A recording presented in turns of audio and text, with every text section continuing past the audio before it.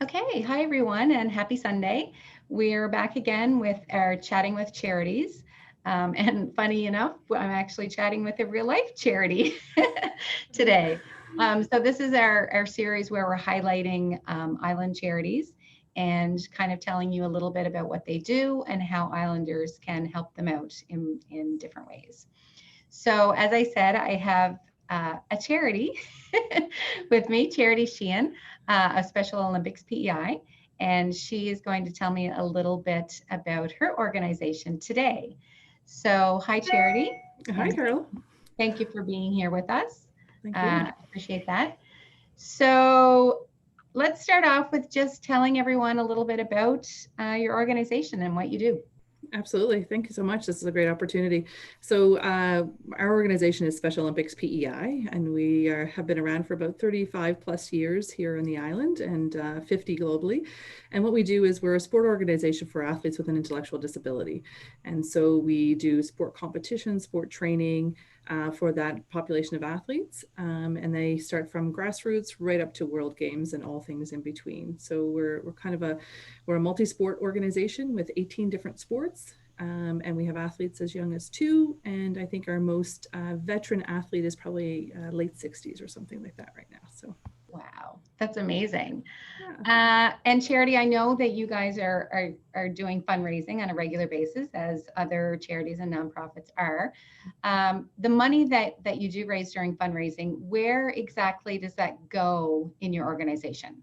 Yeah, for sure. So, although we're a sport organization and obviously sport training and competition, so things like facility rentals, equipment, coach education, those are all big highlighted areas where we need, support from the public. And we're so fortunate to have so many generous people here on the island for sure helping us with that.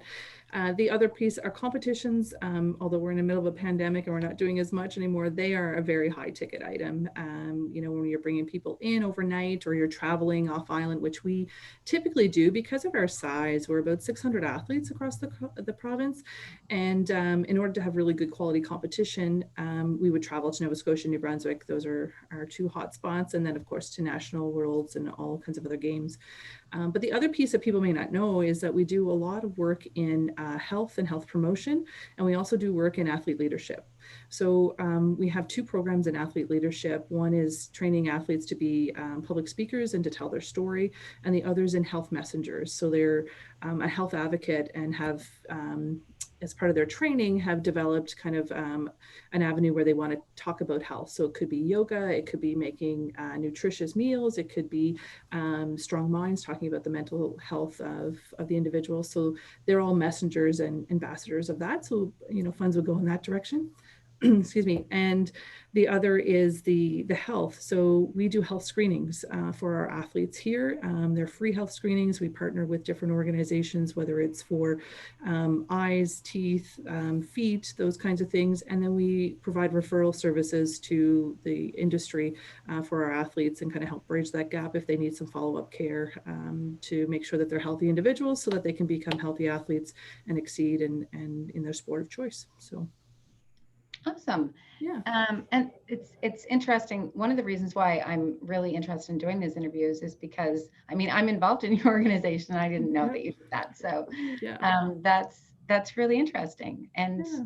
amazing. Yeah. Um, so if somebody wanted to, I know there's different ways that you can support the PEI Special Olympics. There's financially, you can donate in different ways. But what are some other ways? And well, tell us first how people um, can support you financially, and then maybe talk about the different ways that they can support you if they don't have the means financially to support you. Absolutely. Yeah. There's always a place for people to fit and be part of the Special Olympics family for sure. Obviously, the lowest hanging fruit is donations to the organization to help support some of the things that I just talked about. And that's very simple, either by giving us a call or going to our website, sopei.com, and you'll see a donate now. And there's many different ways to donate as well. It doesn't have to always be monetary. It could be a gift of shares or maybe a bequest or those kinds of things as well as we look to kind of long-term planning for the organization. And certainly we still are doing some events. So, if we're out there and doing an event, we'd love to have you engaged with us, whether it's the, upcoming PEI home show, or if we are able to do our Enriching Lives Gala again this year with different restrictions that are in place. So that's one way for sure. But the other bigger place and where the impact is really felt is we're a volunteer driven organization with over 120 volunteers like yourself in our organization at different capacities. So we have volunteers that are in our programs and in our sport programs. So they're doing some coaching, program volunteers, maybe lane monitors, maybe they're coming out to a competition and just helping with that particular competition, maybe serving lunch or those kinds of things. As well as with the other programs I just mentioned with athlete leadership, we're always looking for an athlete to be paired with a mentor to help them through that process so that they can help with maybe developing their speech or maybe doing some videos or helping that athlete achieve the goals that they have in that particular program. So we're always looking for volunteers there as well. And then our health events, we typically do a recruitment drive for people to help deliver some of the screenings that we do with, it could be an intake form for registration, or it could be doing something as easy as a weight station or a height measurement station or something like that. So there's lots of different ways. We have volunteer photographers in our organization that help us kind of capture some of the moments that we create. And if there's other areas that you have talents in, I'm sure there's a fit somewhere. Awesome. And I can tell everyone from experience that any volunteer work that I've done with the organization, it's you come away with a smile on your face, like for sure. It's really, really good energy and lots of fun and lots of laughs. And I highly suggest it. I kind of fell off the volunteer wagon during COVID, but Yeah. I plan to get back on really soon because it was one of my favorite days of the week when I was volunteering. You definitely get more out of it, I think, than you put into it. So I would highly suggest it. Another thing that I'll mention too is that we,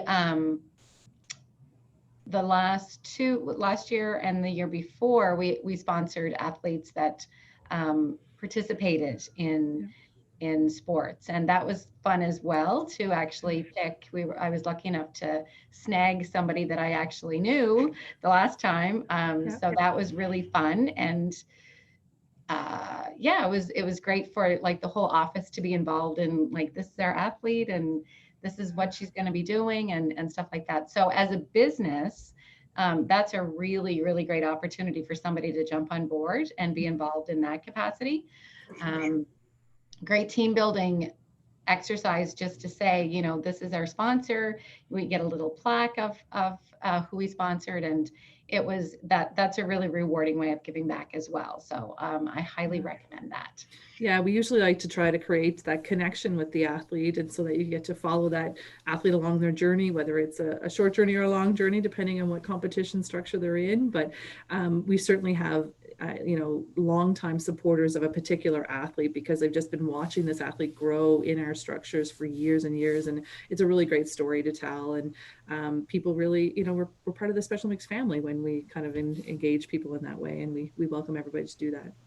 Exactly. And all in all, like it's such a great organization. It really, really is. And it's so important on the island. Just to see all of those smiling faces and people getting out and socializing. I know it was really hard on them when COVID was here because they were not able to meet in person. And you guys pivoted really well this year too, because you couldn't have your gala. So you were lucky to have is Alicia, is that her name? Yes. Yeah. Her and Dion really came on board to do the virtual race or what have you, and that was awesome. Yeah, we did. I mean, it was a weird year for everybody, and when you're so in person and tangible, we shifted really quickly to online virtual programming and trying to engage athletes that way. And then we've been really fortunate to live where we live and to work and play where we do. Our colleagues across the country are not in the same situation. So, right now we're back to probably about 95% of our programming in person, which is fantastic. So we had about 65 athletes out in the summer summer months, and about 120 are back out now with all the different programming we're able to do.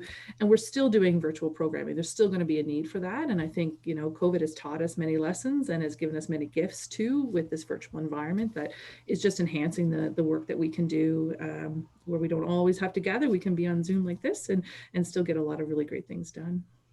Awesome. Yeah. Okay, well, that was great. That was great information.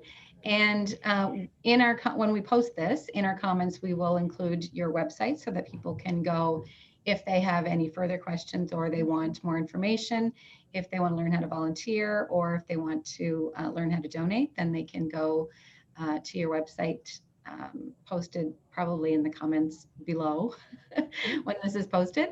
So thank you, Charity, for your time. It was nice chatting with you and learning more about Special Olympics, because now I know things that I didn't know before. That's fantastic. Thank you so much. Really great opportunity. I appreciate you. Okay, well, thank you guys for listening, and we will see you next Sunday. Have a great day. Bye.